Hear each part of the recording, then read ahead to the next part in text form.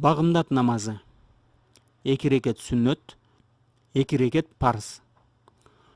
Жогоруда айтылгандай эле намаздын эң башында ниет кылынат. Багымдат намазына ниет күчө. Багымдат намазынын 2 рекет сүннөтүн окумакка ниет кылдым. Жүзүмдү кыблага каратып, калыс Аллах үчүн. Ушул жерден белгилей кетчү нерсе, сүннөт намаздар дайыма үн чыгарбастан ичинде купуя окулат. Ниет кылгандан кийин 2 колун өйдө көтөрүп, бармактар кулактын жумшагына тийгизилип, Аллаху акбар деп такбир айтылат. Оң колдун бармак жана чыпалагы менен сол колдун билериги кармалат да киндиктин тушуна коюлат. Аялдарда болсо ниеттен кийин Аллаху акбар деп кыблага караган алакандарын өйдө көтөрүп, анан оң кол алаканы менен сол билеригин кармап, көкүрөктүн үстүнө коюлат. Башталышында кол байлоо дубасы санаа окулат. Аны өзүңүздөр тасмадан көрүп турасыздар. Subhanaka Allahumma wa bihamdika wa tabaraka ismuka wa ta'ala jadduka wa la ilaha ghayruk. Андан кийин аузу биллахи минеш шайтанир раджим, бисмиллахир-рахманир-рахим деп Фатиха сүрөсү окулат. Фатиха сүрөсү бүткөндөн кийин жок дегенде бир узун же 3 кыска Курани Каримдин сүрөлөрүнүн аяттары кыраат кылынат. Муну жогоруда эскерткендей эле зам сүрө деп коебуз. Андан соң Аллаху акбар деп ийилип, 2 колду 2 тизеге коюп, рүкүгө барабыз. Мында Субхан раббиял азим деп 3 жолу айтылат. Анан рүкүдөн Самиаллаху лиман хамидах деп түз туруп, Роббана лакал хамду деп айтылат. Андан кийин Аллаху акбар деп саждага барылат. Саждада Субхан раббиял ала деп 3 жолу тасбих айтылат. Анан Аллаху акбар деп отурат. Андан соң Аллаху акбар деп кайрадан саждага барат. Бул учурда дагы 3 жолу Субхан раббиял ала деп айтылат. Кийин Аллаху акбару деп тик түз турат. Экинчи эрекетте да Бисмиллахир-рахманир-рахим айтылып, Фатиха сүрөсү окулгандан кийин бир зам сүрө окулат да Аллаху акбар деп такбир айтылып, рүкүгө барылат. Рүкүдө Субхан раббиял азим деп 3 жолу тасбих айтылат. Андан соң Самиаллаху лиман хамидах деп түз тик турулат. Ушул түз турган жайда Роббана лакал хамд деп айтылат. Анан Аллаху акбар деп саждага барат. Ал жерде да мурдагыдай эле Субхан раббиял ала деп 3 жолу тасбих айтылат. Кийин Аллаху акбар деп олтурат. Анан Аллаху акбар деп кайрадан саждага барат. Ушул учурда да 3 жолу Субхан раббиял ала деп тасбих айтылат. Экинчи саждадан кийин Аллаху акбар деп олтурат. Бул учурдагы олтуруш каада деп аталат. Ушул жерде эркектер оң бутун бармактарын кайрылтып тике коёт. Сол бутун жаткырып анын үстүнө олтурат. Салалары ачылган колдорун тизеге коюп, жүрөгүнүн тушун тиктейт. Аялдар болсо буттарын оң жагына чыгара жаткырып, жерге олтурушат. Каадада олтурган мезгилде биринчи ат-тахияту окулат. Ал түмөнкүчө. التحيات لله والصلوات والطيبات السلام عليك أيها النبي ورحمة الله وبركاته السلام علينا وعلى عباد الله الصالحين أشهد أن لا إله إلا الله وأشهد أن محمدا عبده ورسوله. Мындан соң салават окулат.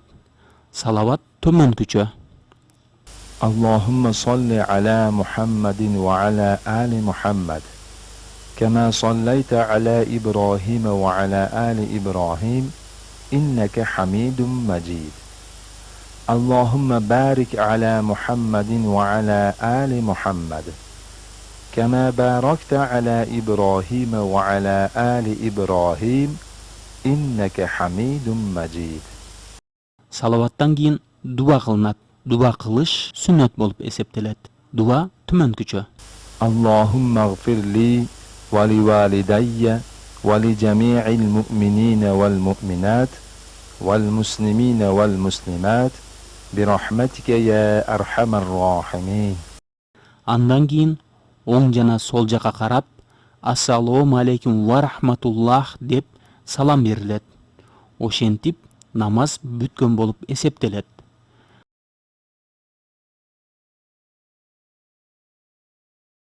Эми 2 рекет парыз намазын окушка киришели. Парыз намазда жогоркудай эле окулат. Айырмасы окулардын алдында икомат, башкача айтканда кичүү азан тез айтылат. Ал азанга окшош эле, бирок хайялал фалах деп экинчи жолу айткандан кийин кат комати салах деген сөз 2 жолу кайталанат. Багымдат намазынын парызын окуш үчүн төмөнкүчө ниет кылынат. Ниет кылдым багымдат намазынын 2 рекет парызын өз багында окуш үчүн. Жүзүмдү кыблага караткан калыбымда, калыс Аллах үчүн деп ниет кылынгандан соң, 2 колун өйдө көтөрүп, бармактар кулактын жумшагына тийгизилип, Аллаху акбар деп такбир айтылат. Оң кол сол колдун билергине келип байланат. Ушул жерден белгилей кетчү нерсе, багымдат намазында Аллаху акбар деп айтылган такбирлер, Фатиха сүрөсү, Курандан окулган зам сүрөлөр жана Самиаллаху лиман хамидах деген такбирлерди сыртка чыгарып, жарыя окулат. Ал эми калган бардык таспих дубалар доош, үн чыгарылбастан купуя ичинде окулушу важип болуп эсептелет. Баарына мурда санаа дуа окулат. Андан кийин аузу биллахи минаш шайтонир раджим, бисмиллахир рахманир рахим деп Фатиха сүрөсү окулат. Алхамдулиллахи раббил аламин ар-рахманир рахим малики яумиддин Iyyaке na'budu ve iyyake nesta'in اهدنا الصراط المستقيم صراط الذين أنعمت عليهم غير المغضوب عليهم ولا الضالين.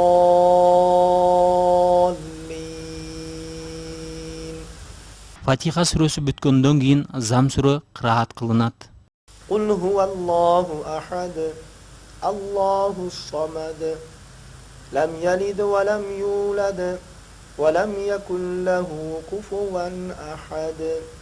Андан кийин الله أكبر рүккүгө барылат. Рүккүдө 3 жолу Субхан Раббиял Азим деп таспих айтылат.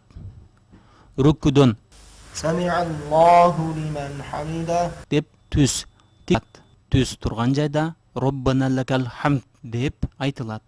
Анан الله أكبر деп саждага барылат. Саждада 3 жолу Субхан Раббиял Ала деп таспих айтылат. Анан الله أكبر деп олтурат. Кийин кайрадан الله أكبر деп саждага барылат. Саждада дагы 3 жолу Субхан Раббиял Ала деп таспих айтылат. Кийин الله أكبر деп түз тик турулат. Ошентип намаздын 1 рекети бүткөн болуп эсептелет. Экинчи рекетинде да биринчи Фатиха сүрөсү жана андан кийин зам сүрө окулат. Анан الله أكبر деп рүкүгө барылат. Мында да Субхан Раббиял Азим деп 3 жолу таспих айтылат.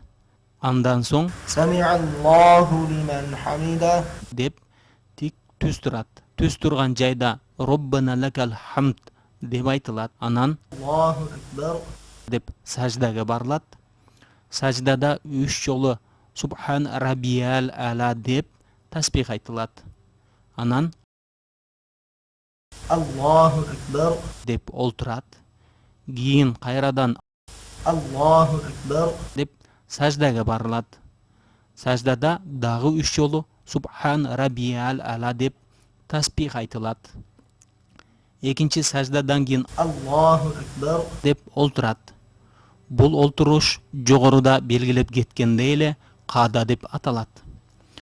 Ушул жерде эркектер оң бутун бармактарын кайрылтып тике коёт. Сол бутун жаткырып анын үстүнө олтурат.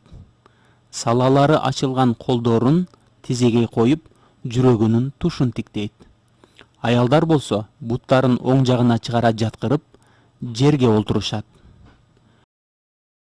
Каадада олтурган мезгилде биринчи ат-тахияту окулат. Мындан соң салават окулат.